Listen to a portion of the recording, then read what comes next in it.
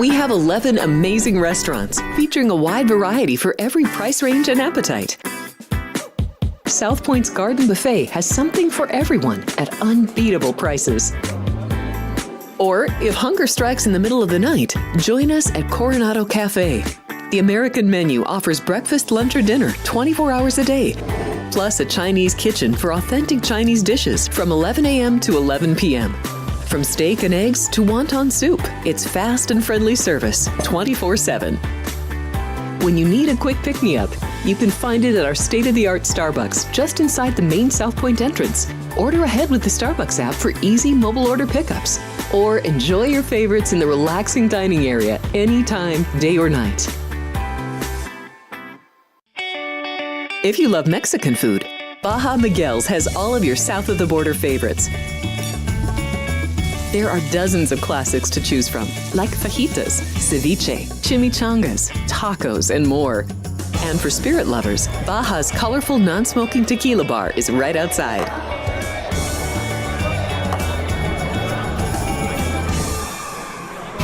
It's Sports by the Book at the South Point Studio. Here's Jeff Parles and Alex White. Good morning, everyone. Welcome in. It's Sports by the Book, South Point Studio. Jeff Parles, Alex White. It is a Monday. It is April 28th, 2025, and it is Kentucky Derby week, Alex White. Yes, it is. Very excited. We will have a special here on our South Point Studio page for the Kentucky Derby coming up this Wednesday. That is Wednesday at 3 o'clock Pacific time, 6 o'clock Eastern at the South Point Studio page.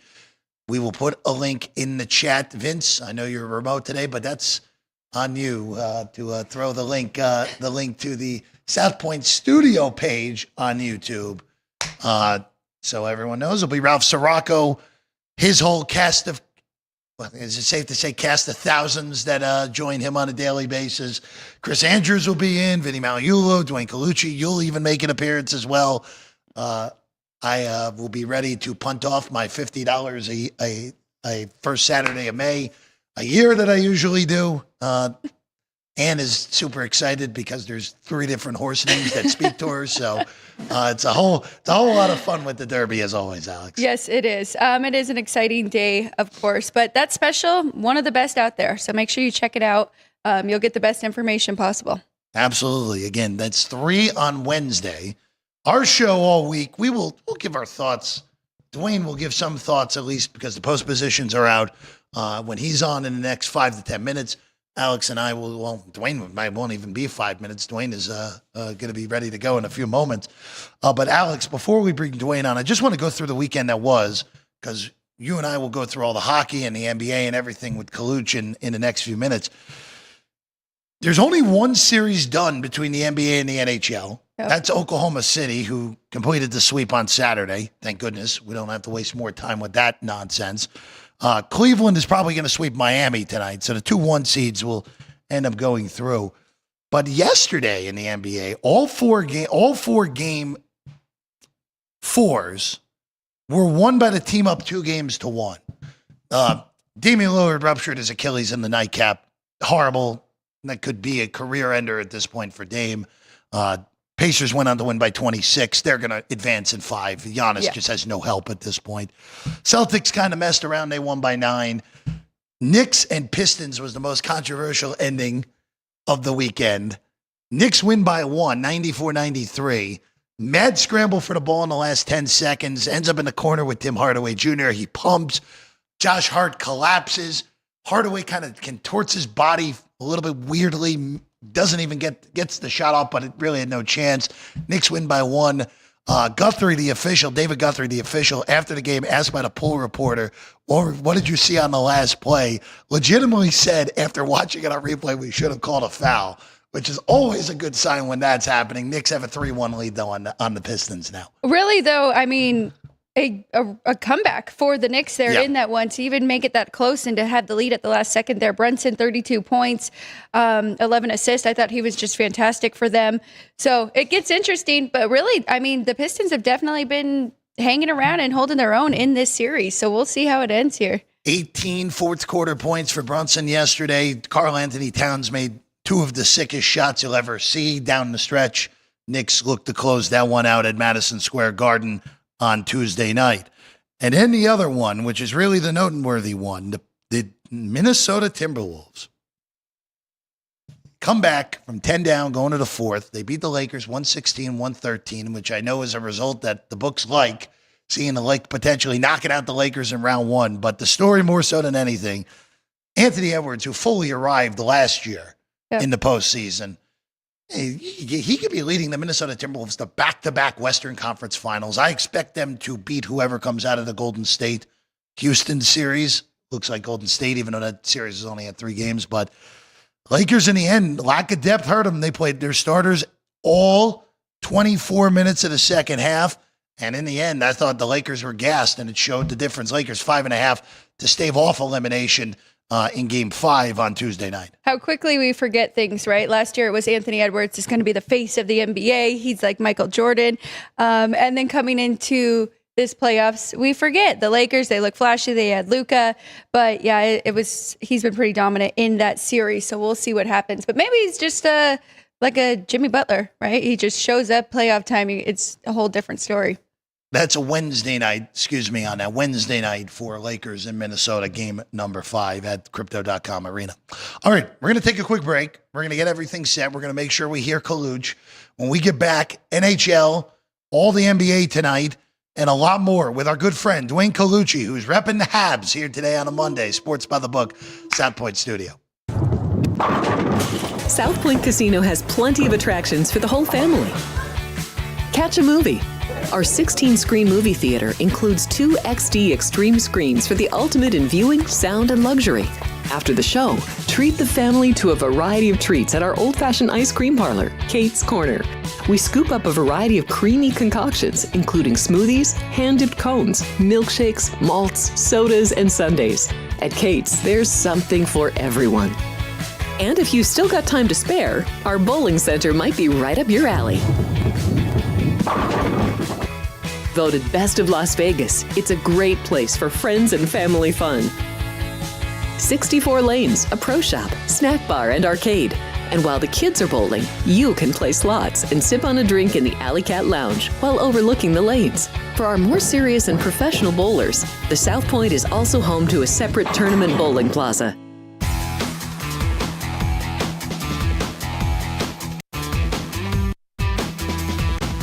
Welcome back in Sports by the Book, South Point Studio. Jeff Parles, Alex White, thrilled to be with you as always here on a Monday. And now joining us, our good friend, the Race and Sportsbook Director up at the Rampart, Dwayne Colucci, with us on a Monday. Here we go. Dwayne, always a pleasure. You know, we got a lot going on this week. Derby's on Saturday, Stanley Cup and NBA playoffs rolling along. Just a good time of year right now. Yeah, definitely, especially for us bookmakers. You know, it's one of the busier times of the year, Jeff. March Madness, obviously Super Bowl is the busiest time of the year. But, when you get into the Kentucky Derby season and you have all the playoffs going, especially NHL, NBA, it's just a great time of the year to be a bookmaker. And especially in Las Vegas, because you have all these people commuting from all over the country for the first Saturday in May. And that's just still a huge, huge sporting event. It's still the sport of kings. It's still the most exciting 2 minutes in sports. And definitely we're going to have a massive crowd for the Kentucky Derby. And you have the Vegas Golden Knights that are playing at a decent level in the playoffs. Like you said, the NBA playoffs have been really exciting. You have a lot of young superstars like Anthony Edwards, who's, rising to the top. Shea Gilgeous-Alexander as well. Just a massive talent pool in the NBA. And they're mostly the younger players now that are starting to mature and take control of their teams. So it's a great time of the year. The NHL playoffs is second to none. I believe that's the most exciting playoff sport there is. But, a lot of people love that NBA. So definitely going to have massive NBA handle and great handle on the Kentucky Derby, like I said, guys. I mean, it was a tremendous weekend across the board in both the playoffs. I mean, the NBA playoffs, some of the endings that we saw were as good as we've seen in a while, and the Stanley Cup playoffs. 9 overtime games already, and we're halfway through round 1. Just as we said, wide open field is made for some electric games across the hockey landscape. And let's start there, Dwayne, because the final game 4 goes early tonight. And that's the Floridian battle. Florida and Tampa. It's been road, sweet road so far in this series. Road team has won all three. And the Lightning try to make it 4-for-4 tonight. Panthers at home are minus 140, plus 120 on the take back for Tampa, 5.5 the total. The road team really has dominated all of these games. None of these games have been particularly tight through 3 games. Yeah, definitely. And Tampa really showed up in that last game. And, credit to Andre Vasilevsky. He had, 33 saves. Just a monstrous performance. This guy has just been the premier playoff goaltender for how many years now? Multiple Stanley Cup winner, always gets up. And it was good to see that Kucherov was distributing the puck. I mean, I look at his stats. He had 3 assists in the game, a +3, which is huge. Ryan McDonough, +3. And these guys finally came to play. It seemed as though Kachuk and the boys were just manhandling them first couple of games in Tampa, but now you swing to the other side of the coast and all of a sudden Florida's having trouble at home. Now, this is a different story. I like the Panthers tonight. I think they will get back on track. You're seeing minus 140 at the Rampart and South Point. Definitely we're going to see some good two-way action here just because Tampa showed so much life in that last game. And there is now a little pressure on Florida because you do want to at least win one game and go to a 3-1 lead. So it's going to be difficult, for Florida to put this away because Tampa is so battle tested and they have so much experience on that roster and the coaching staff. So keep your eye on this. Not that Florida doesn't have experience. You're talking about a Stanley Cup champions here, but Tampa knows how to grind and win these games out. That's why you're seeing a very short spread on this game. Total of 5.5 the norm with Bobrovsky and Vasilevsky. Let's see how this plays out. I anticipate a very physical game. I don't think either team is going to get 5 or 6 goals unless goaltenders are pulled very early. And we're seeing that a lot this year. I'm not understanding why teams are pulling goalies down by 1 with 2:30, 2:40 to go. I think it's just a liability. You have just as good a chance with your full roster on the ice as opposed to taking the goaltender out and the other team shooting at an empty net. Sometimes I question coaching techniques there, guys, when you're pulling a goaltender. If you're not down by 2 or more goals, there's no sense to be pulling the goaltender with about 3 minutes to go. Let's keep that in mind. There's still plenty of time for a mistake to happen, a trip up to happen, missed call, and definitely you could get back in the game without having to sacrifice your goaltender on the other end of the ice. Let's keep that in mind. This is going to come down to the wire, this game. I like Florida. I think they're the better team. I think they're the more youthful team, and I think Kachuk sitting out that extended period on LTIR definitely helped him and got his body back into shape because it was brutalized after that Nations 4. So many good points in that. First and foremost, I mean, Dwayne said how important the goalies are come playoff time, and we are seeing that with some of these other teams that look so good in the regular season, but it comes down to this time and how they play in the playoffs. 2 really veteran good goalies in this matchup between these two. I also like Florida. I made a minus 140 as well, though. But Kaluch is right, too. I mean, you probably have to give them at least 20 cents here to really want to go up and take this one at home and change this narrative of the road teams always winning. So definitely a strong lead to the Panthers for me in this one, too. I will be staying off of this one because this series has been completely backwards, as we've said, where, again, 2 teams with good home ices have been awful at home in the first 3 games, which would make a lot of sense for it to finally normalize with Florida, of course, again, the defending Cup champions. And again, a reasonable price, minus 140. Dwayne, we go to a game 5 next.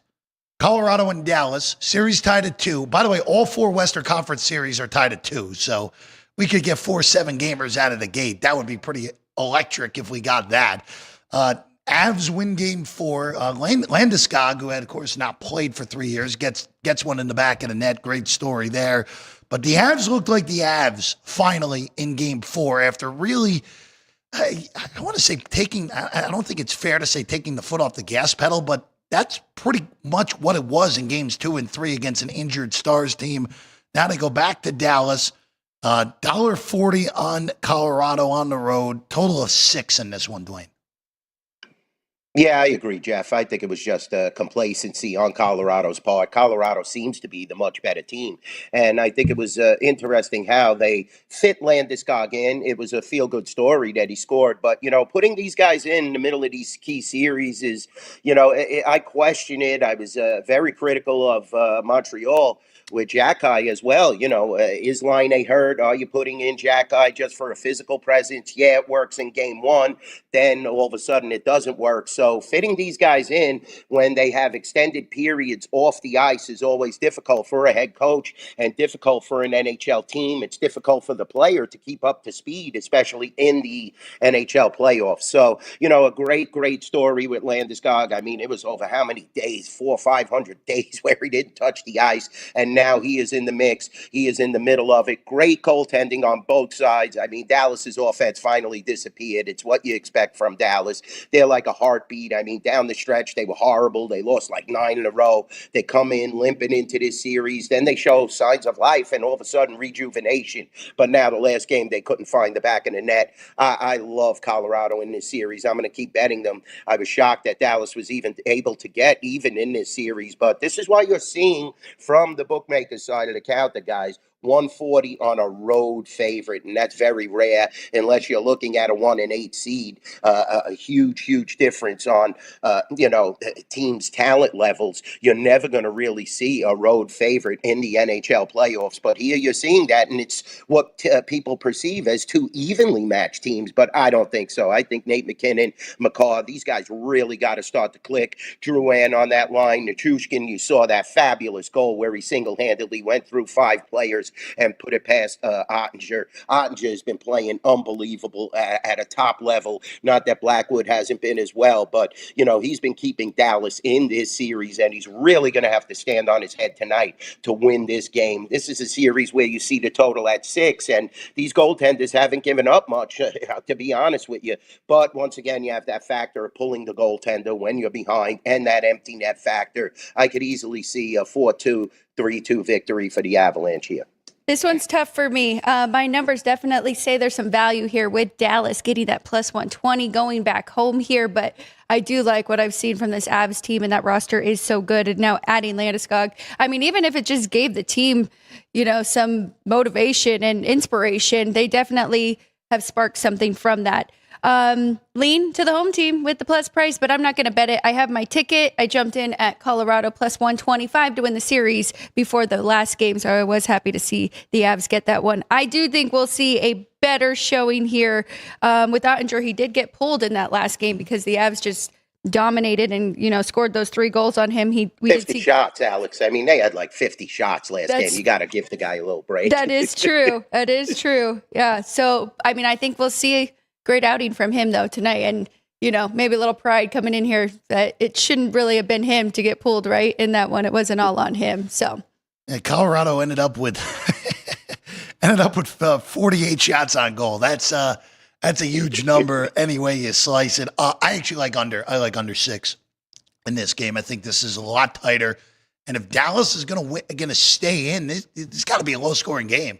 It's got to be a grinder here if Dallas is going to have a shot to pull an upset. So I like under 6 in this one tonight between the Stars and the Avs. Dwayne, I just want to go to the other Western Conference series real quick because let's be real with the other East series. It would be a stone cold stunner if Toronto, Washington, or Carolina did not win their series at this point. They're all up 3-1. They all should be able to handle their business. On the West side of things, 3-2-2 series. I want to start with Winnipeg real quick because number 1 seed, President's Trophy winners, and Connor Hellebuyck was awful the last 2 games. Just absolutely horrendous yesterday. Gets pulled yesterday for the second consecutive game. Just the second time in his career that he's been pulled in back-to-back games. Now you return home. The Blues, I'll be honest with you, Dwayne, I think the Blues have been the better team so far in this series, even with a nod at a 2. And now you have Hellebuck's brain all scrambled up with the way he's played the last 2 games. I think St. Louis is alive to pull this upset all of a sudden, Dwayne, in this series. Yeah, definitely. I mean, and it wouldn't be a massive upset. I mean, they played so well down the stretch. And, that last week was a little different because they had a higher competition level. But, when you're seeing teams win, 12 out of 14 games, they definitely are battle tested and have a chance. And now you see the difference of being a Patrick Roy, Martin Brodeur, and being a Connor Hellebuyck. I mean, look at it. The guy gave up 12 goals, in 2 games? I mean, that's monstrous at the first round of the playoffs. I mean, mean, come on, you got to show up a little, even though you're on the road. And now definitely Winnipeg is scrambling. They have trouble at times. I'm telling you now, guys, they don't always have to score goals. They go into these funks, and this could be one of them. St. Louis has a massive chance. Don't kid yourself. Jeff, it goes to show you that the NHL playoffs are by far the best sport. Any team has a chance. I mean, and I said it before, Shen has been playing at a top level. You look at this guy, he's all over the ice. Buchnevich, great acquisition from the Rangers. Pavel plays at a high level. Falk, Fowler, they have a lot of key players. And Winnipeg now is definitely struggling. They're relying on Connor, their superstar. They need these other guys to chip in, Scheifele and so forth. They definitely have their work cut out for them. But now this is a massive home ice, at Winnipeg. Those fans are rabid. It's going to be very loud. It's going to be totally different. But when Binnington gains confidence, he's a very tough goaltender to beat. He is one of the top goaltenders in the world. You saw that in the Nations 4. This is a difficult series, handicapping moving forward. Unlike you said in the East, you have a lot of different things going on in the East. Toronto should be able to beat Ottawa, but Jeff, I'm not sold on Toronto always being, Ottawa is healthy. Montreal is not healthy. Montembeault is on the sideline. Line could be banged up, so that's different circumstances. Whereas Toronto, I've seen them in these positions before, and they could definitely crumble at times. So I'm not as confident with Toronto as I am with either Washington or, the other series there with Carolina. So the East, you pretty much are right. It should be set. Toronto should get by, but there's still a lot of action in that series left.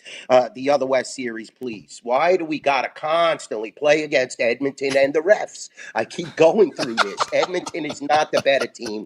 Do not be confused here.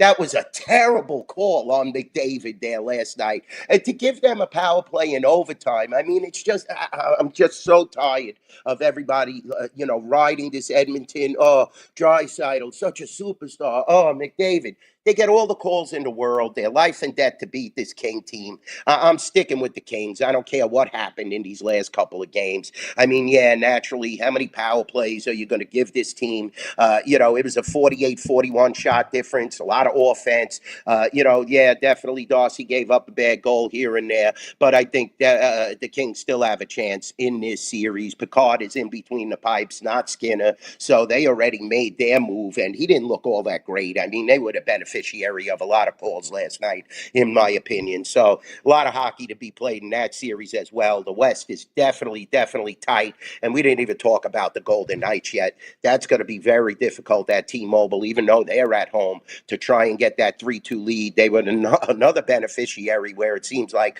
the refs want to give them calls and make the Vegas Golden Knights advance. I know the hometown crowd hate me hearing me say this, but it is a fact. You look at it on paper, guys. They get these calls right when they need them, similar to the Rangers of last year. It always seemed they were behind by 1 goal, 10 minutes to go. They get 2 consecutive power plays, and before you knew it, the best power play in the NHL was excelling and creating goal chances, which Edmonton and Vegas are definitely capable of. We're going to see how solid Gustafsson is on the road again, but this is a tough series. Matt Boldy has to wake back up for the Wild to take control of this series again. They had it in their grasp, but the Vegas Golden Knights, a credit again, Mark Stone and the boys, they were able to come back.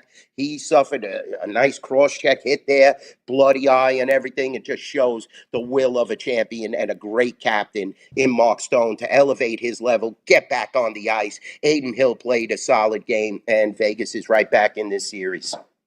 I'm going to I have to admit, I'm with you guys. I'm jumping ship here. I was guilty of the Draisaitl and McDavid, but they can't do it alone. And the amount of time that they had to play just to get them back in that game, and then the amount of time they were on the ice for overtime, I just don't think it's sustainable. Right now, Kings, to win this series, is even money, and that is not correct. I mean, they are so good at home, and it's going back to LA, right? Yep.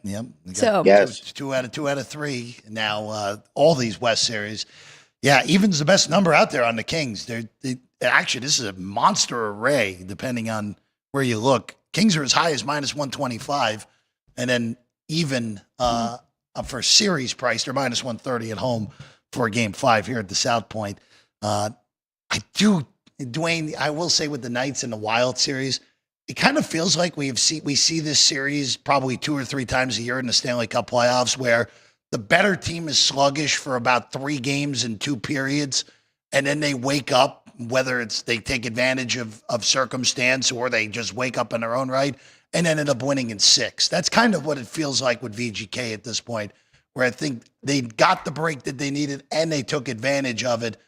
I like Vegas tomorrow night. Again, I don't want to lay 220, but that probably will be a puck line. But I think the Knights win Game 5, win Game 6, and advance on to the Western Conference Final, the Pacific Division Final, which is the Western Conference semifinal.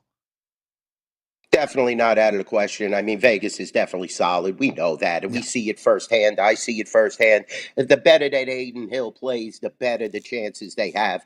Keep in mind, though, there was another game where they received double, the beneficiary of the penalty minutes there, double the amount of minutes on Minnesota as there were on the Vegas Golden Knights. And I'm very critical of the referees. You know, you guys were talking about it, that Nick call. I'm a diehard Nick fan, guys, but come on. How do you not see that? I mean, he hammered the guy Hardaway right in the head. I mean, it's just these calls, they're just so horrible. And at times it's like it makes you wonder what the hell is going on and why these guys are out there. Let's start, let's have a revolving door with referees here. I mean, let's test some of these guys. Let's have different blood in there. I mean, that call last night, too, in the King game, it was horrible. I mean, he just fell down, McDavid, and the King guy actually fell awkward. His leg is going one direction. And before you know it, the ref's arm is in the air, So I can't believe the Pistons didn't get that call at home either. I mean, you're at home there, and that was definitely a foul. Very difficult with these games, and I'm critical of the referees in all sports, especially, when you get a bad call in overtime in the NHL. That definitely makes a difference because you have that man advantage in overtime. It's huge. Not as substantial as, the 3-on-3 play in the regular season. It's still, different, but it is a man advantage, and that is so huge, especially for a team like Edmonton. I like Vegas's chances here, but like you said, Jeff, I'm not going to lay that big amount. Probably would look at the puck line if I had to, but I could easily see 2 1-goal games, so I'm not even going to venture into that. It's very difficult to handicap this Golden Knight series and to, establish when they're going to show up and when they are not going to show up. I mean, let's get the cards on the table. Where has Jack Eichel really been in this series? He needs to step up. He needs to elevate his play. We see Hurdle, we see Barbashev, we see these guys. They're starting to play at a higher level. Let's get Jack on that scoring page. Let's get him a couple of goals and get him going. And then the Vegas Golden Knights start talking Stanley Cup. And like you said, Western Conference Finals, not just Pacific Finals. Pacific Finals should be granted, though. Should be able to get past Minnesota, but don't slip up here at T-Mobile. You don't want to win on the road, have to win on the road. Dwayne, going to the NBA, by the way, real quick on that Pistons-Knicks ending of yesterday, it's always a good sign when the official after the game in the press pool basically says, yeah, we missed the call. After seeing it on replay, we missed the call. It's always a good sign when that when that's the case.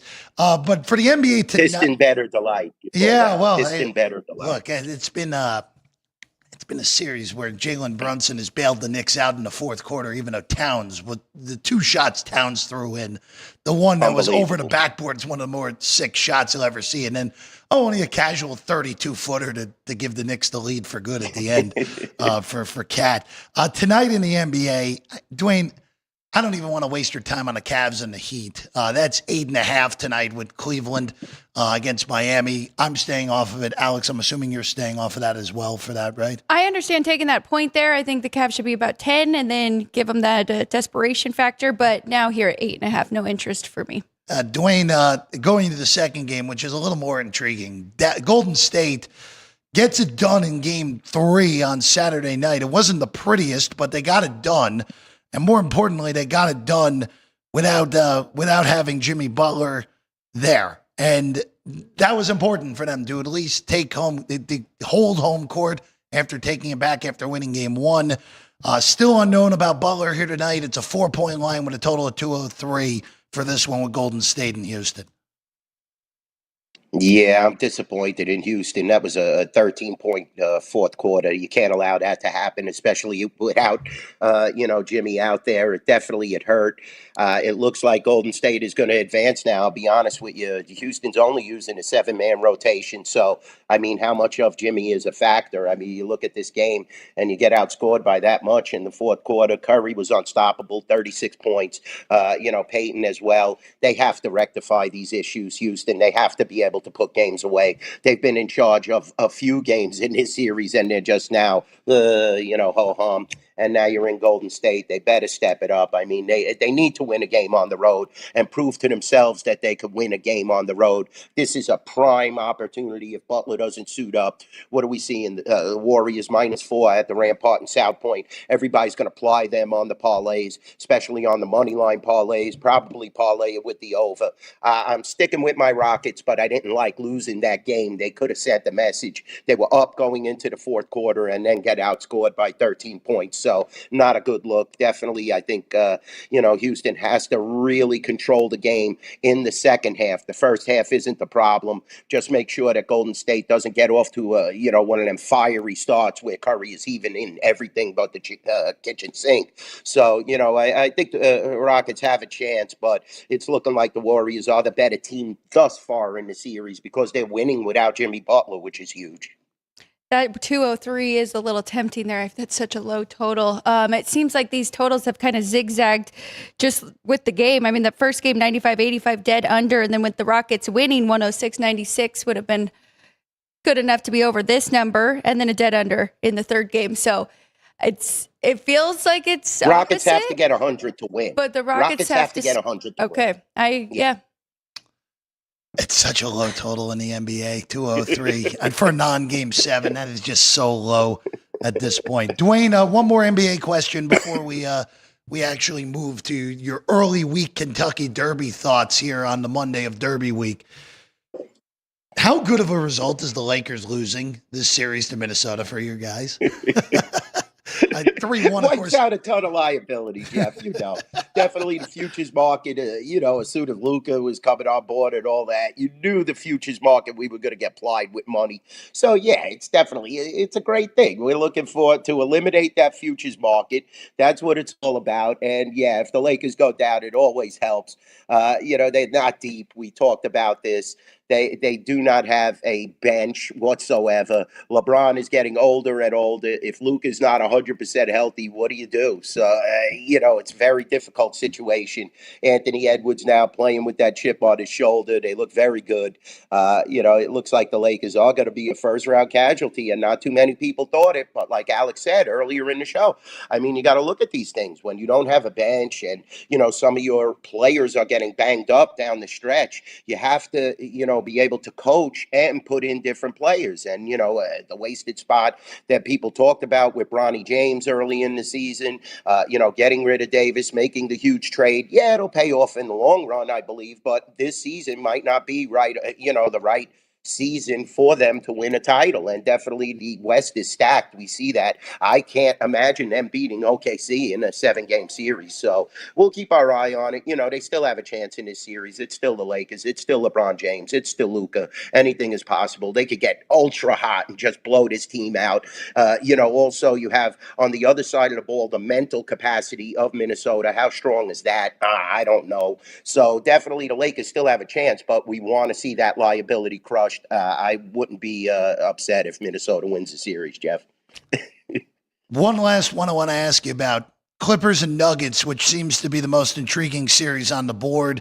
Epic finish at the end of Game 4 where Jokic airballs a 3 into an alley-oop for Aaron Gordon, where legitimately the ball left his hands as close to the buzzer as you'll ever see with it still counting. But with that said, the Clippers are -160 favorite to win this series in your book, Dwayne. Look, I like the Clippers before the series. They're a favorite in Game 5 on the road, but that is a juicy price and a best-of-3 with home court and the elevation factor with the Nuggets. That's juicy, Dwayne. Yeah, and they've been there, done that, right? Yeah. I mean, this is a battle-tested team, but they're playing without their head coach. Remember that. Got rid of the head coach late in the season. I don't know what they were thinking, but the altitude can come into play, and at times the Clippers have been labeled soft. So, yeah, I definitely like the experience, having Murray, having Joker, that last-second dunk. That's another thing, getting back to that Knicks series. I mean, it seemed like it was after the buzzer, but remember that dunk that I think Hardaway again had at the end of the quarter there that they didn't allow, that was right on the buzzer. So we're having a lot. This is a game of inches and a game of milliseconds. So anything could happen. This is a toss-up series so far. These games have all been great. Now you're seeing the Clippers at 1.5. The altitude definitely takes its toll. You're seeing a low total again. Look at this, guys. 208.5. That's not what you expect. We're seeing a lot of these totals reined in because these teams are actually playing defense at this time of the year. This has been a great series thus far. Definitely hard to handicap. I like what you're talking, Jeff. Definitely, I think Denver has a great chance, but I'm not going to put any money on this series. Too tough to handicap, without a doubt. Dwayne, we know that you will be a part of the special coming up this Wednesday for the Kentucky Derby. Any tease you want to talk about it now? I don't think you want to give out your horse just yet. Well, definitely. I've been looking at some long shots. I'll be honest with you, Alex. I like the way Publisher worked the other day, and he's listed at 30-1 on the morning line with Irad Ortiz, Steve Asmussen, who is a top trainer, one of the tops in the world. And I was watching this horse, and he was able to work Tistastic, who's 20-1. And out of the same stable. They worked together in company, and it looked like Publisher had way more energy and a beautiful looking stride. The favorite looked great. I mean, got to Churchill Downs this week. Journalism, he was galloping the other day. He looks really strong. The whole factor there is the rider, Umberto Rispoli, very little Derby experience. And now this horse, you look at what he's faced. I mean, he's faced one big field in his career, a 10-horse field, and that was in his maiden special weight race. Other than that, Alex, 5 horses. Now you run against 20 horses. So it's going to be very, very difficult, despite being a big favorite in this race, to navigate this strip. McCarthy has his training techniques very sound right now with this horse, but I don't know how you train a horse for a 20-horse field. It's going to be very, very difficult on the favorite. Drew very well, though. He's got the 8-post position, which I definitely think is an advantage to him. You have a lot of question marks here. You got Luxa Cafe. He's coming from Japan. Definitely. The Japanese contingency has been great. The Japanese horses have improved and are so strong right now. They are a major factor on the playing field in the United States as well as over in Europe. Very difficult, though, to travel overseas and to get acclimated to the Churchill Downs surroundings in such a short period of time. So keep your eye on that. I'm still going to be keeping my eye on a lot of workouts, Alex. I have a lot of horses in mind. Keep in mind, Bob Baffert, one of his horses, Citizen Bull, drew the rail. That's going to be a very, very difficult position. Rodriguez, a little further out in the 4-hole, he's going to be looking for the lead for those Bob Baffert fans. These horses, definitely not much buzz about them, but don't be deceived. Bob Baffert is the master, and you always want to keep your eye on this guy's horses, Alex. So, definitely don't count him out. Sandman was the buzz horse, but now he drew the dreaded 17 post, Alex, which I think is 0 for 93. Very difficult trend to go against, guys. Very difficult trend to go against. 0 for 93, and this horse is 6-1. It's similar to your Toronto Maple Leaf bet there, Jeff. 0 for 93. Dwayne, 0 for 93 is almost at the Chicago Cubs drought. I mean, we're almost there. I mean, you're the best, definitely. Almost. Keep that in mind for people backing Sandman. He's a beautiful animal. Marquez, he's a great trainer. Jose Ortiz is probably the front runner for the Eclipse. It's very early this year, but he's been riding at a tremendous level. So keep your eye on that. And right outside of him is Sovereignty, another horse that I feel has a lot of running capabilities. Junior Alvarado back in the saddle. He was hurt for the last start for this horse, the Florida Derby, which was the key prep race. But now you get reunited with your regular jockey. Definitely has a chance, guys. So, yeah, can't wait for Wednesday to join Ralph and all the boys, and we're going to definitely pick your winner for the Kentucky Derby. Two quick things real quick. You mentioned Luxor Cafe, unbelievable bloodlines, to say it politely, since of course, American Pharaoh blood in there. And the American Pharaoh, I would say the best horse of the last 15, 20 years. And then, yes. And then it's just looking up more on the 17 slot, Dwayne, which I just have to imagine it's just because of the extended gates and it's right on the teetering point of that. It is also the least money generating slot in the Derby in the last 45 years, on top of being 0 for 93, like you said, which is forget winning the race. How about even finishing in a potential superfecta slot there, Dwayne? That's not good. Not good for even finishing in the top three, top four there out of the 17 slot. He's Dwayne Colucci, race and sports director up at the Rampart. You'll see him every Monday right here on Sports by the Book moving forward. DC, pleasure as always. We'll see you on the Kentucky Derby special on Wednesday. Yeah, definitely. I'll be down at the South Point, guys. Looking forward to seeing you guys. And let's see if the Habs could eke one out. But with Dobish, I'm upset that Montebo didn't play. Definitely hurt us. Yeah, definitely that injury. And it looked like Logan Thompson might even miss game 4, and he was totally fine. I was hoping that, but this guy killed us the whole series, Jess. I mean, look at him. Yeah, he's 100%. Unbelievable. Top goaltender right now, probably at a playing level in the playoffs right now. I can't disagree with that, Dwayne. Can't at all. Dwayne, pleasure. We'll see you again next week. Thank you, guys. We'll take a quick break and we get back. Baseball, today's slate, and some award talk here on a Monday. Sports by the Book, South Point Studio.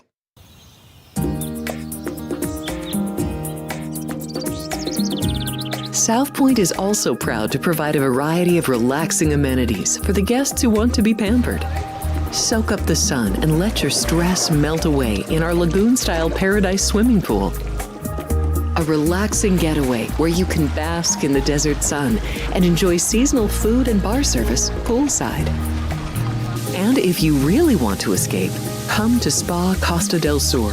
From couple suites to a co-ed wet area, our spa caters to business and leisure travelers who want to unwind and elevate their senses. A visit to one of our spa's steam, sauna, or whirlpool treatment rooms will leave any guest feeling like they can take on the world. Our gaming amenities include over 60 table games and over 2,600 of the most popular slot and video poker machines. We have penny slots, including the popular Buffalo games, and real machines like Wheel of Fortune, Triple Sevens, and Megabucks. If you prefer video poker, try Deuces Wild, Double Double Bonus, or a variety of multi-denomination games. Or try your hand at one of the most popular casino table games in the world, Blackjack. Don't let the game intimidate you. Blackjack, also known as 21, is both easy and fun. And our dealers are always happy to assist. And the best part? Blackjack always pays 3 to 2. Next, check out the roulette tables. Roulette is one of the easiest casino games to learn, and so much fun to play. It's a favorite of both beginners and seasoned players. In addition to blackjack and roulette, our casino pit features over 60 popular table games like Baccarat, Pai Gow Poker, 3-Card Poker, Ultimate Texas Hold'em, and Mississippi Stud. So get out of your room and come join in the fun.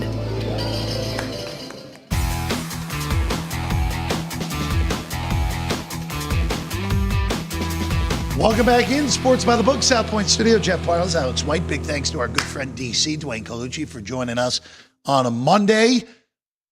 Trivia questions in the bottom line now, so if you want to answer away, you got about 20 minutes to get your answer in. I forgot what sport is it today. Do you remember? Well, I'll pull up the rundown real quick, but I believe it is a venue question actually today, right? A venue question. Out of left field here. It is not a baseball venue, I can tell you that. All right.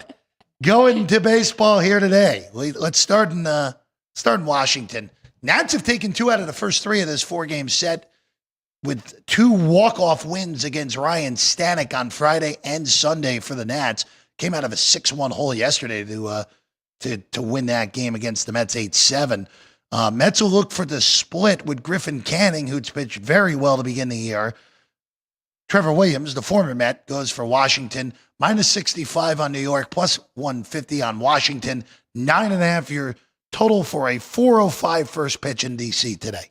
So originally I was looking at an under 9.5 here. I think that's a little bit high for these two offenses that have been a little inconsistent. We've definitely seen some really high scoring games, but for the most part, been lower scoring. But I'm a little concerned, and you're right. Griffin Canning has been very good, but he's been much better at home. On the road, did give up 4 earned runs against the Athletics and 2 against the Astros. Just 1 at home for every start for him there. So I don't know which one we are going to get there. Trevor Williams on the other side, 3 rough outings, and now he's on back-to-back really good ones. So expecting him to have another decent one here and lean to the under, but I'm not going to touch it. It's just a strong lean. High number. Staying out completely. Again, for the Mets, just a series that very easily could be a 3-0 looking for a 4-game sweep, but their bullpen has failed them in the 9th inning. And yesterday, to just game you lead by 6 runs, you cannot lose it, and they did yesterday afternoon against Washington. All right, we go to Cincy next. Redbirds, Cardinals and Reds in this one. Palante and Martinez. Reds went to Colorado and did what you're supposed to do. Sweep the worst team in the National League, and they did. They're minus 120 here after the Cardinals took 2 out of 3 in Milwaukee after that dreadful road trip to Atlanta and New York. Minus 20, plus 105, total 9.5 in what we know is a great hitter's park, Alex. So for this one, I was looking at the Cardinals side. I do think that they should be the favorite. Pretty even pitching matchup, though, with what we have seen so far this year between them. Trying to find the Cardinals road, because I believe they only have 2 road wins. Is that correct? I'll double check in a second here when I can get that. Cardinals are 2-11 away from Busch Stadium. 2-11 on the road. So that makes me a little bit nervous here, even with the plus price with them. So if I was going to play this game, I'm looking at the team total going over 4.5. I do think that they can score on Nick Martinez. As you mentioned, Reds coming back home finally from Colorado, have to adjust. No rest day for them. Earned runs given up by Nick Martinez so far this year. We've got 4-3, 4-3, and 2. So I do think that the Cardinals bats will be able to get to him. 4.5 is the team total for St. Louis here. But then just kind of staying away, not expecting them to win the full game. Reds have been playing very good this year. Reds 1.5 behind the Cubs in the Central. Cubs lose a series to Philly over the weekend. Right now, again, the National League pretty compact, as we've talked about, to kick off this season. Mets still with the best record as we near the end of April with 19-9. Giants won on that was one of the more ridiculous Little League home runs I've ever seen yesterday.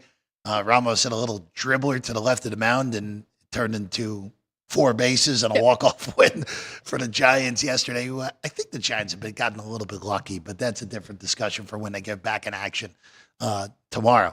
We go to Colorado next. Elder and Feltner, your pitching matchup for the Braves and the Rockies. Rockies, as you see on your screen, are a hearty 4-23. They are 14 games out of first place, and more impressively, 10.5 games out of 4th place in the National League West on April 20, after the action on April 27th. Total of 10.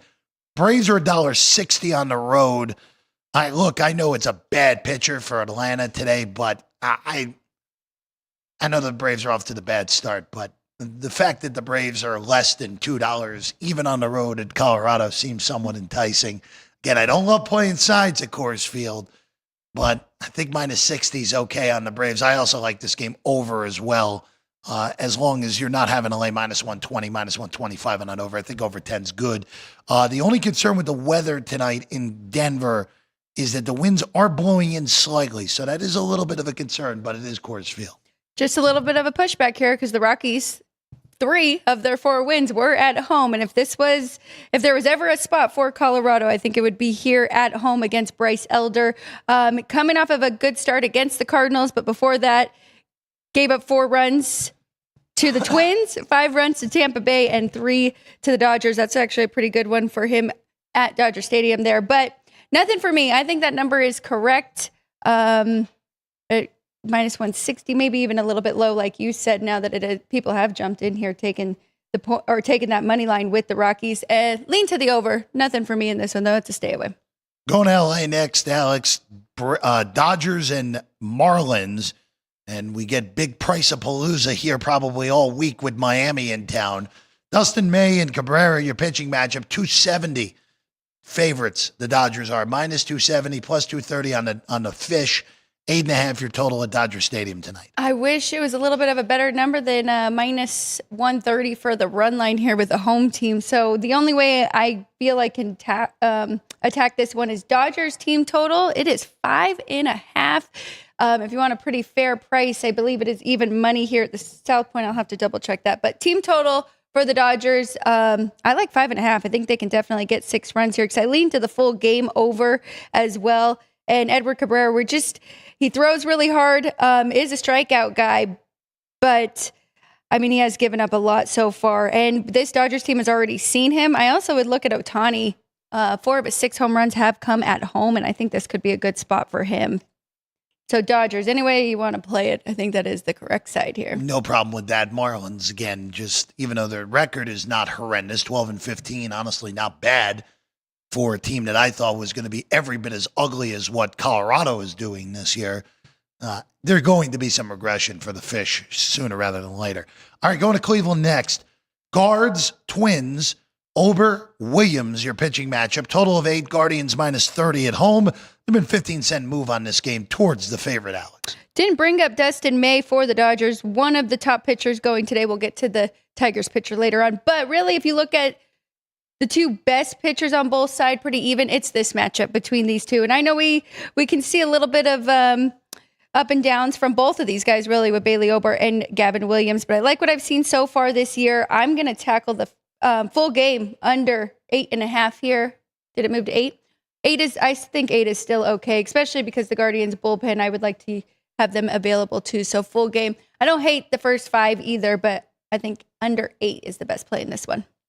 Under 8, the look, you can get some 8.5s. There are still some out there. You're laying $1.20 on the 8.5s, which I would say, based off what you're saying, worth probably laying $1.20 on the 8.5 for this one. We go to Baltimore.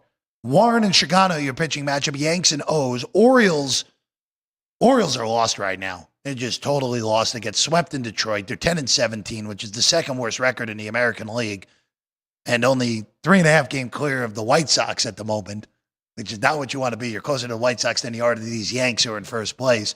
$1.30 favorites in New York are on the road. Total 9.5 in Camden Yards tonight.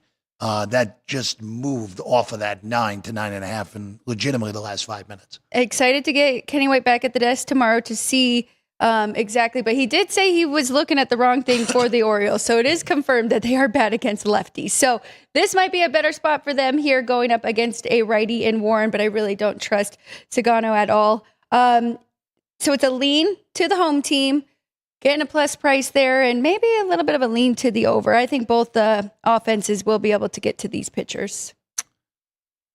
Just the Orioles, they just playing some bad baseball more so than anything. And for a team that, again, number 1 seed in the AL 2 years ago, gets swept. Last year, huge favorites against Kansas City in the wild card round, scored 2 runs in 18 innings, get swept at home. You just wonder how much mentally that takes out of a young team that is overachieved the last 2 years and now on some rough times at the moment at 10-17. All right, we go to Texas. Patrick Corbin has actually pitched reasonably well through 3 starts. He gets the ball tonight for the Rangers. JP Sears goes for $1 in the jar. West Sacramento, the A's tonight. A's are actually road favorites in this game at minus 110, total of 9. I'm staying away from this. I actually thought Texas, even with Corbin, should be favored tonight. But the fact that the A's are a road favorite scares me a little bit here, Alex. I think that number is correct. I mean, I do think that JP Spears is definitely the better pitcher going in this one. So a slight lean to the athletic side, but really nothing either. I think 9.5 is the correct number for the total too. Keeping it in the state of Texas, we just moved from Arlington to Houston to wrap up today's baseball card. A rematch of last year's wild card series where, of course, the Tigers burst onto the scene, won in 2 games, advanced to the ALDS. And right now, they enter today's game with the best record in the American League. Detroit does at 18-10. Astros have kind of stabilized the ship. It really looked ugly early. They're a game over 500, only a game and a half behind first place Seattle out west. It is Blanco tonight for the Stros. It is Jack Flaherty for Detroit. Tigers got a nice little 1-2-3 with Skubal, Flaherty, and Olsen now at the front of that rotation. Slight favorite for Houston at home, -20. This actually has been a nice little mover, 15 cents towards the Stros from an opener of -105. Is that just revenge from last year? I have no idea, Because I don't agree with that. I don't think the Astros should be the favorite. I think that Flaherty's clearly the better pitcher, even though Blanco was very good last year. We've really seen him regress this year. So that's probably my favorite bet of the day. I'm taking the chance with the Tigers here at +105. I think they're the better team. Current form right now overall anyways. Just a quick update because we talked about how aggressive these home road splits are so far this year in baseball. Right now, there are only 2 teams in the American League that are over 500 on the road. The New York Yankees are 7-6, and the other one, the Athletics, are 8-5 on the road, which checks out to me, playing in West Sacramento. And then in the National League, the Cubs, the Reds, the Giants, and the Diamondbacks. And that's it. Over 500 on the road right now. It has been a huge gap with home road. I mean, you see some of these records at home. Detroit 13-3 at home. Rangers, who are at home tonight, 10-3. Mets 12-1 at home. Dodgers 12-3 at Chavez Ravine. Padres had a bad weekend and are now 12-4 at home at Petco, which is still a sparkly record. But again, these good teams have been unbelievably good at home so far this year, and that might be the difference between making the playoffs, winning a division, having to play in a wild card round this year.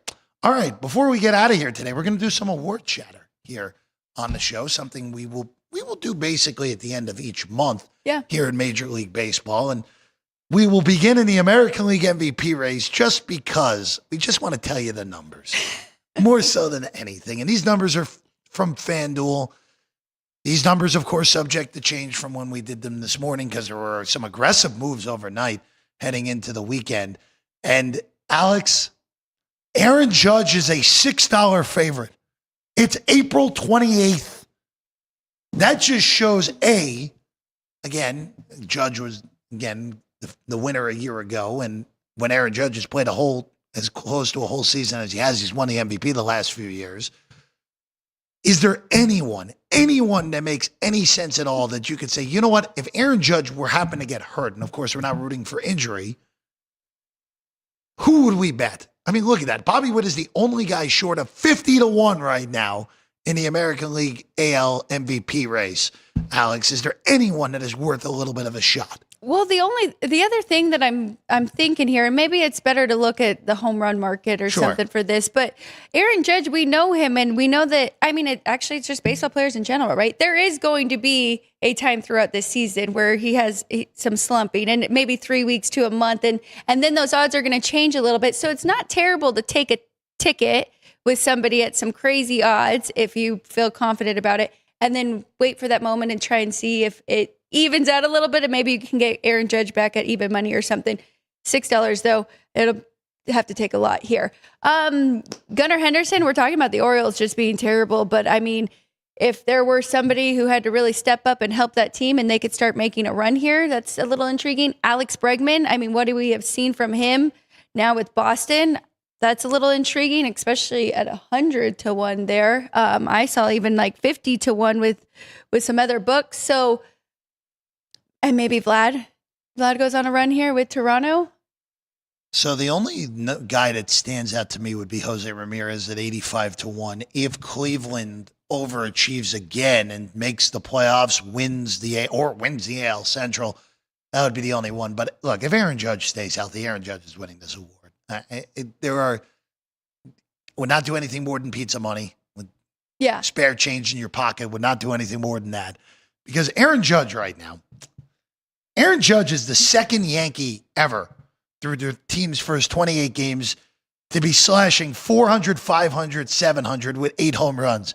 The only other person to do that was Babe Ruth in 1926. Pretty good company, almost 100 years ago, by the way, on that, 99 to be exact. Judge is hitting 406. Yeah. 406. It's kind of weird to say with Judge, but we obviously all had our eyes on Trout as the all-time like Mickey Mantle replacement, and then Trout got hurt. And for those years when Trout was healthy, there was no doubt of his greatness. And even with this injury-riddled end of his career, Trout's going to be a first-ballot Hall of Famer when that time comes.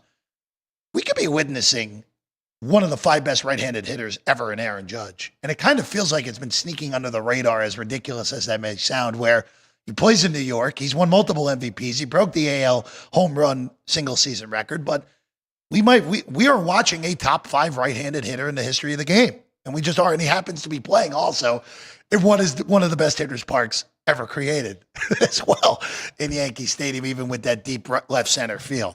So it's incredible what Judge has done. $6, crazy for this time of the year, but if he stays healthy, he's going to win it. It is funny though. I mean, I guess just because we've had other stars in New York, so maybe that is.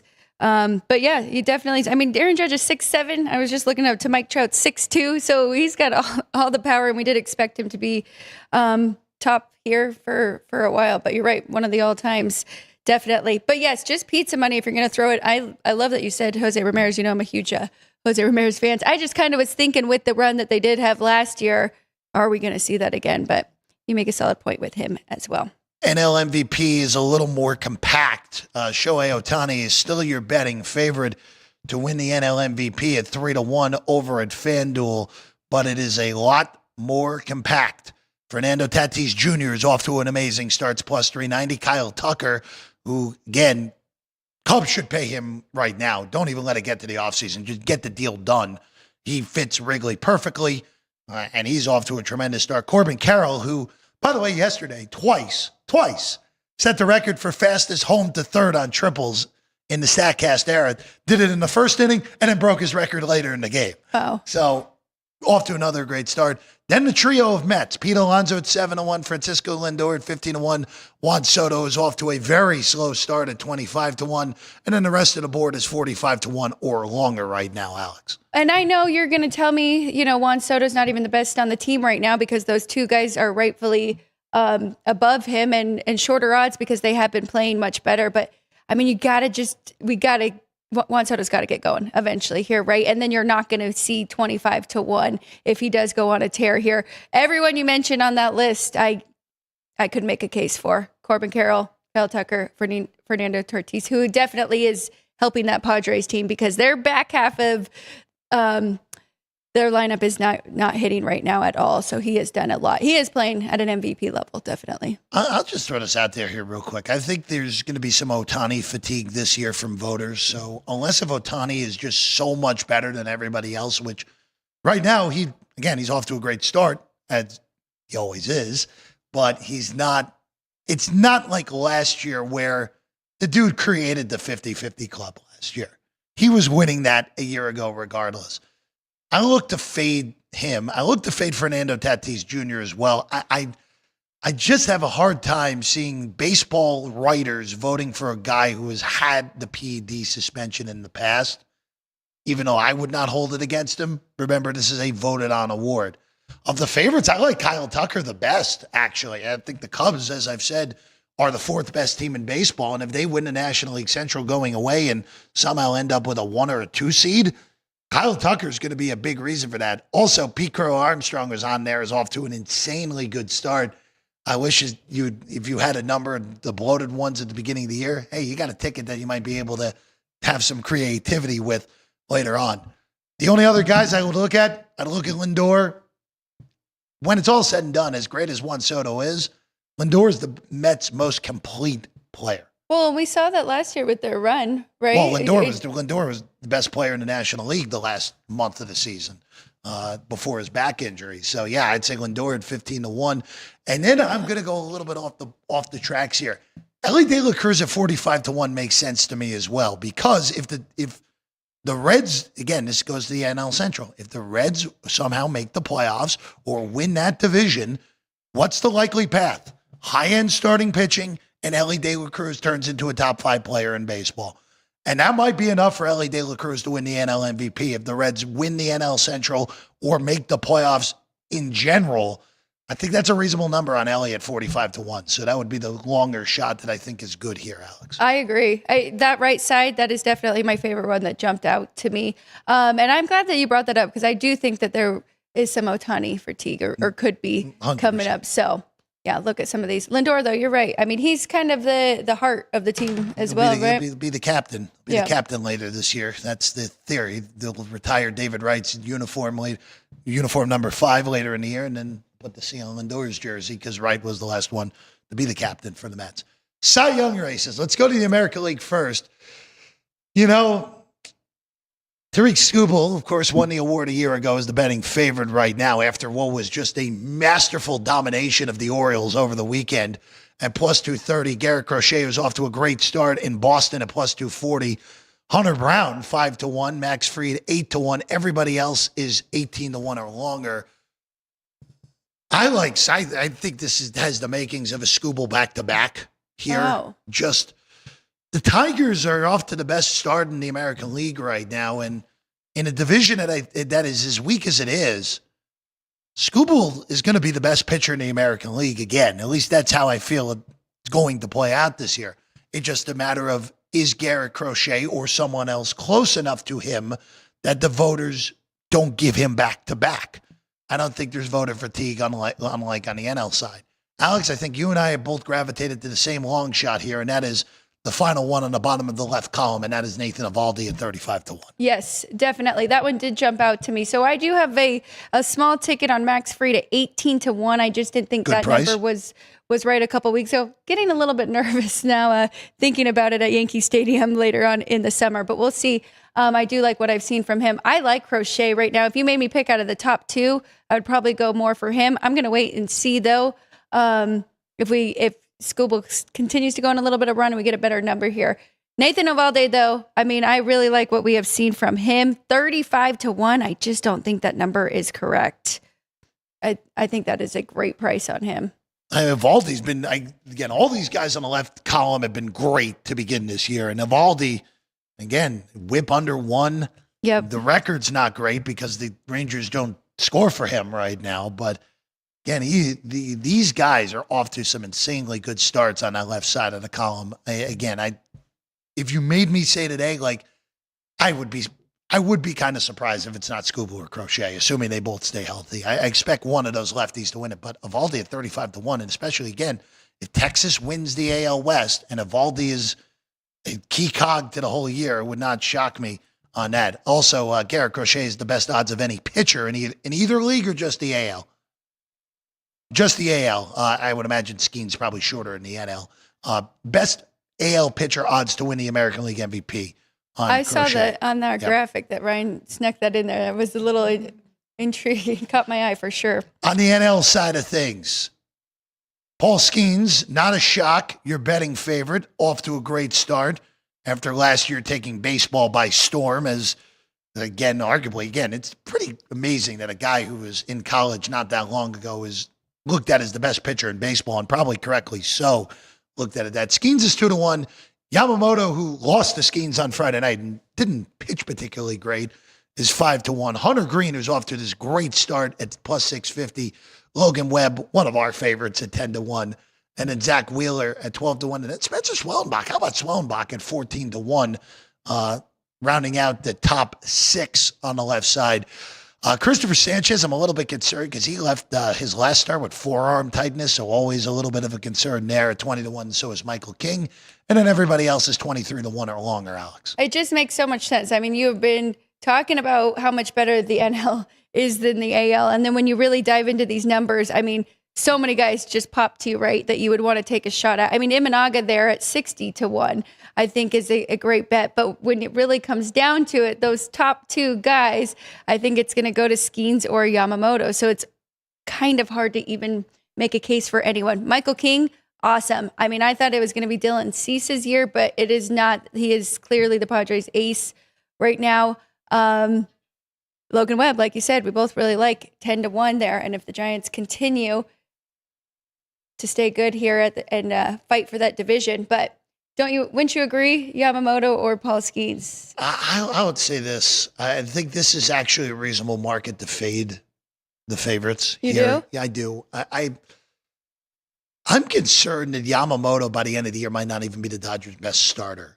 And that is always a little bit of a concern when you're looking at these awards. Again, we might not see Blake Snell for a while, but we're going to see Tyler Glasnow again at some point. And when Glasnow's healthy, I think Glasnow is the Dodgers' best guy. It is a little bit of an uphill battle trying to fade Skeens, though, because I think everyone is just, and Skeens is pitched to the part, too.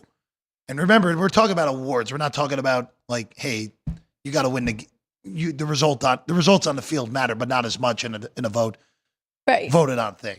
And the narrative is so strong for Paul Skeens winning this award. And look, the Pirates could end up with the second or third worst record in the National League.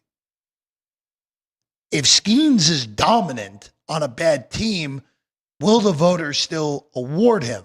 I think you probably do see that because of, just like I said, I think the narrative's taken off so well and Skeens has lived up to said narrative that it may be hard. But he had Zach Wheeler at 12-1, who, to me, pound for pound, is still the best pitcher in the National League. You also mentioned Shohei Imanaga down at 60-1. I'm willing to go on that side of the board as well for one of his countrymen. Kodai Senga's been dominant so far this year, and he's sitting at 30-1 sitting on the team with the best record in the National League right now. So, yeah, does Paul Skeens probably win the award? Yeah, I think he probably does, but that is too short of a price at 2-1 for April 28th, especially when we're dealing with pitchers who, again, I hate to bring it up, but pitchers get hurt.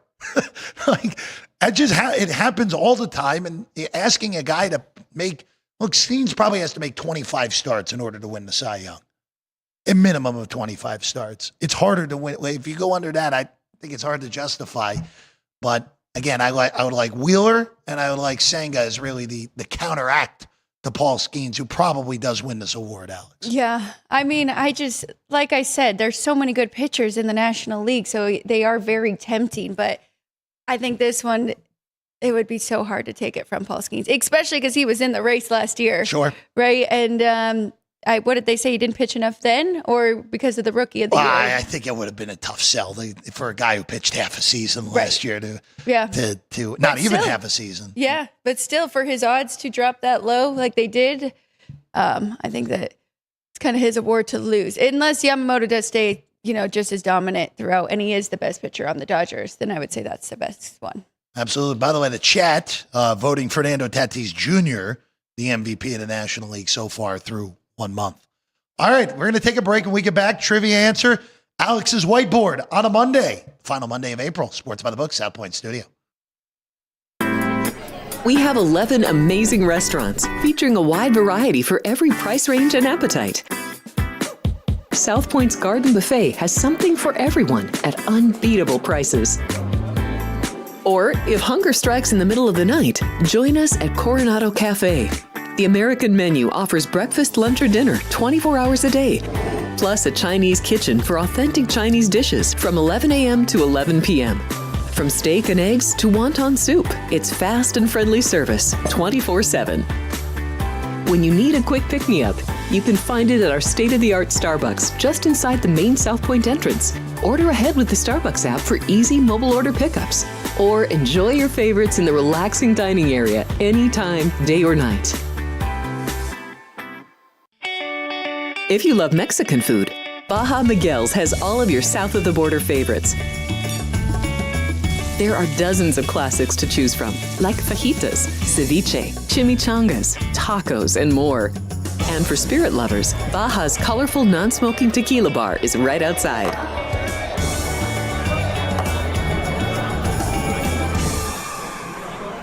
Or maybe you're in the mood for seafood. Big Sur Oyster Bar has fresh seafood prepared right before your eyes. Savor freshly shucked oysters, crab legs jambalaya, shrimp and lobster. Beers on tap and a selection of fine wines are perfect to pair with your seafood favorite. Whether lunch or dinner, you'll love this fun atmosphere, located just off the casino floor. Ready to shake things up? Step back in time and treat yourself to one of the oldest restaurant chains in the country. Steak and Shake, famous for original mouth-watering steak burgers and hand-dipped milkshakes in a variety of flavors. For some old-fashioned fun, Try Steak and Shake.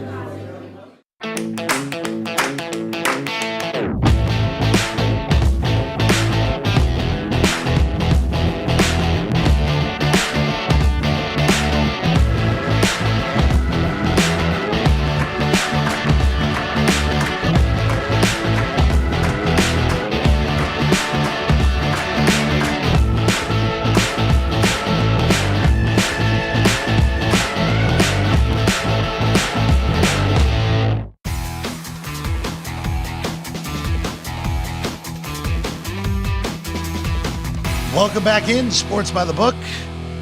Jeff Parles, Alex White. Trivia answer and question today. There was a sports venue. Which storied venue that had played host to plenty sporting events, championships, concerts, a World Cup final in 1966, and plenty more opened on this date in 1923. And that, of course, was the original Wembley Stadium. Not the one that's currently standing, but the one that stood on the site beforehand, that Pele referred to as the Cathedral of Football, opened on April 28, 1923. And in that opening year, the FA Cup final between West Ham and Bolton Wanderers, shout out to Bolton, hosted a record of 126,047 fans for that FA Cup final. So that was the original Wembley, of course, closed in 2000. Replaced by the current version that opened in 2007 across the pond. And Nick on the board today with the winner. Very good. That was a tough question. It was an interesting one. Did you know it? You know what? I had already seen the answer. So, but the way the question was worded, I would have liked one major event that added that 66 World Cup. Post haste, but it makes sense. I mean, the only other venues that are that old built around that time, Yankee Stadium would have been the only other one, which was built a few years after, or a few years before, I should say, 1923. All right, let's go to the whiteboard. Let's go to the whiteboard. How about this? A Monday edition, and it's got a series price and some more for Alex White here on a Monday. I do like the chat. People are jumping in with some of their awards that they like as well. Somebody did ask about Corey Seager at 100-1, but injury concern. Yep, definitely. Okay, let's get to it. Whiteboard today, and I will just say hockey, so I have nothing on the board because I do have my Avs future just to win that series. I am a little intrigued to look at a number for Tampa and Florida, maybe to go to overtime tonight because, like you mentioned, 3 games so far between those two, and they have not been competitive. We could see definitely a tight one between those two. On the whiteboard, though, Dodgers team total, we're going over 5.5, kind of fading the Marlins there, and Dodgers back at home. Twins and Guards under 8.5 for the full game. Tigers plus 105. I'll go against the market. A lot of money coming in on the Astros, so just beware. I don't always like to go against the steam, but Jack Flaherty, I will back the Tigers today. Adding a future, I'm going Kings to beat the Oilers. Best of 3 now, going back home tomorrow at even money. Best price you can get for the Kings still.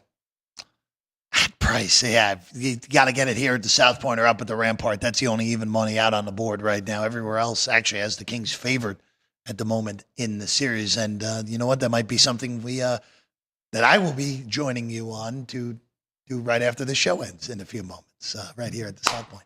All right. Good show. Thank you for watching with us here today. Yep. Drew Dog, Ryan, and thank you as always, Vince Remote here today on a Monday. We're back tomorrow. It's you, me, and Kenny tomorrow. Yes. Right here at 10 a.m. As always, Sports by the Book, South Point Studio. See you then.